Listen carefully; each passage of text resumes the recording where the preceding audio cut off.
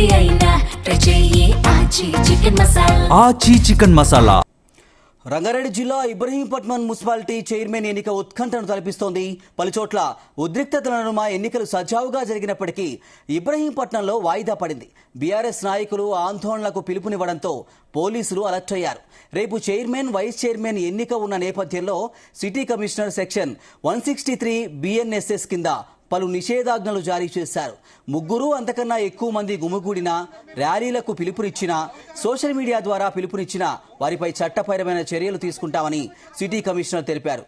శాంతి భద్రతలను కాపాడేందుకు పోలీసులకు సహకరించాలని కమిషనర్ కోరారు.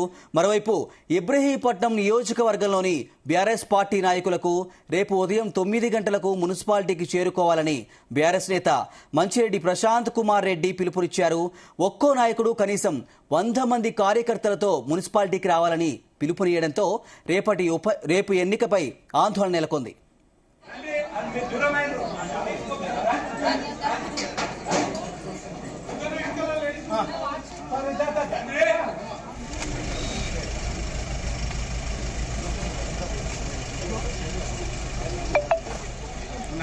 ఇక ఇబ్రహీంపట్నం 19వ కౌన్సిలర్ ఆకుల యాదగిరి మిస్సింగ్ పై పోలీసులు కేసు నమోదు చేశారు.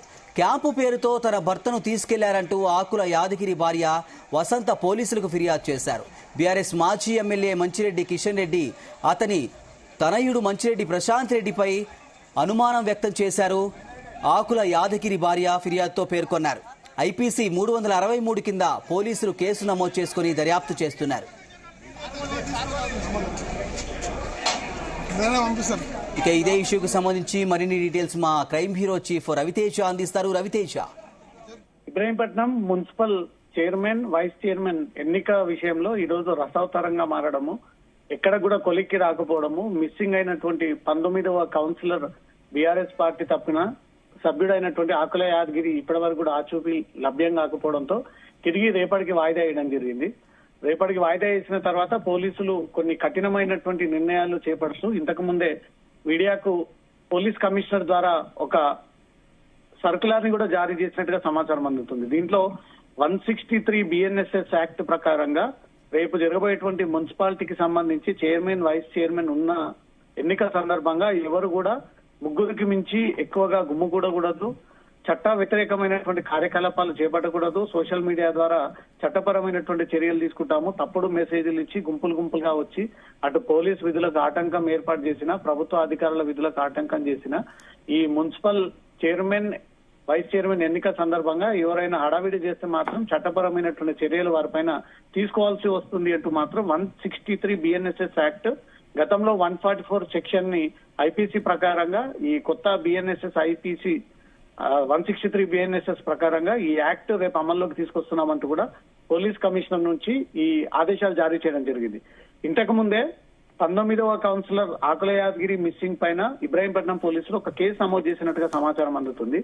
తన భార్య మిస్ అయినటువంటి ఆకుల యాదగిరి భార్య వసంత క్యాంపు పేరుతో తన భర్త యాదగిరిని తీసుకెళ్లి ఇప్పటి వరకు కూడా అతని ఆరోగ్య క్షేమాలు చెప్పకుండా ఎక్కడ దాచిపెట్టారో వాళ్ళ ఆధీనంలో పెట్టుకొని తమను భయభ్రాంతులకు గురి చేస్తా ఉన్నాడు. అసలు ఆకుల యాదగిరి పరిస్థితి ఎలా ఉంది, తన ఆరోగ్య పరిస్థితి ఎలా ఉంది, ఆ వివరాలు తెలియజేయాలంటూ కూడా పోలీసులకు కొంతమంది అనుమానం వ్యక్తం చేస్తూ ఆ పేర్లని జోడించి పోలీసులకు ఫిర్యాదు చేయడంతో పోలీసులు అన్నోన్ పర్సన్స్ కింద IPC 633 కింద కిడ్నాప్ కేసు నమోదు చేసి విచారణ చేపడతా ఉన్నారు. అసలు ఆకుల యాదగిరి ఈ ఎలక్షన్స్ రిజల్ట్స్ అవుట్ అయిన తర్వాత ఎవరు తీసుకెళ్లారు, ఎవరితో వెళ్లాడు, ఎన్ని రోజుల పాటు వీరితో ఉన్నాడు, ఎప్పుడు కనిపించకుండా పోయాడు అనే దానిపై కూడా పోలీసులు విచారణ జరుపుతా ఉన్నారు. మరోపక్క ఈ రోజు జరిగినటువంటి ఈ రసవతారం, రాధాంతం, హడావిడి, సోషల్ మీడియాలో హంగామా, ప్రత్యక్షంగా అక్కడ ఆరోపణలు, ప్రభుత్వానికి ఇటు పోలీసులకు వ్యతిరేకంగా ఆరోపణలు చేస్తూ మున్సిపల్ కార్యాలయం పైన దాడి చేసినటువంటి ఘటనపై కూడా పోలీసులు ఒక కేసు నమోదు చేసి ఎవరైతే మున్సిపల్ కార్యాలయ అద్దాలు పగలగొట్టారో వారందరినీ కూడా ఈ నిందితుల కిందకి చేర్చి ఒక కేసు నమోదు చేసినట్టుగా సమాచారం అందుతుంది. మరోపక్క బీఆర్ఎస్ నాయకులు రేపు ప్రతి గ్రామం నుంచి 150కి పైగా కార్యకర్తలని ఇబ్రహీంపట్నం మున్సిపల్ కార్యాలయానికి తీసుకురావాలంటూ కూడా సీనియర్ నాయకుల ద్వారా ఈ మెసేజ్ సోషల్ మీడియాలో సర్క్యులేట్ అవుతా ఉంది. రేపు నిజంగానే బీఆర్ఎస్ నాయకులు ఇంత పెద్ద మొత్తంలో గ్యాదరింగ్ జరిగితే మాత్రం ల్యాండ్ ఆర్డర్ అదుపు తప్పి ఒకరిపై ఒకరు దాడులు చేసుకుని ప్రభుత్వ అధికారులని దూషించడము, దాడులు చేయడము, కార్యాలయం పైన దాడులు చేయడము, కొంత థ్రెటనింగ్ ఉండేటువంటి సిచ్యువేషన్ ఉంది. అవుట్ ఆఫ్ ల్యాండ్ ఆర్డర్ కోల్పోయేటువంటి అవకాశం కనబడతా ఉంది.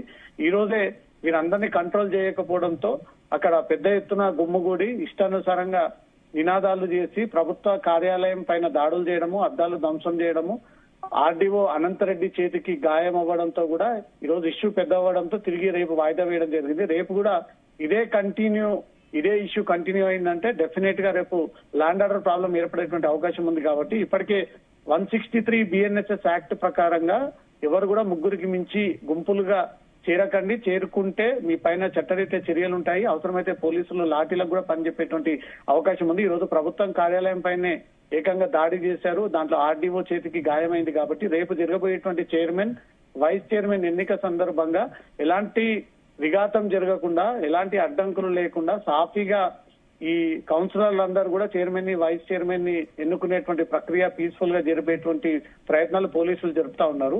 కిడ్నాప్ కి గురైనటువంటి ఆకుల యాదగిరి ఆచూకీ ఇప్పటి వరకు లభ్యం కాలేదు. కాబట్టి కుటుంబ సభ్యులు ఇంకా ఆ ఆందోళననే కొనసాగుతున్నట్టుగా తెలుస్తోంది. Srinivas. Right Ravi Teja, thank you.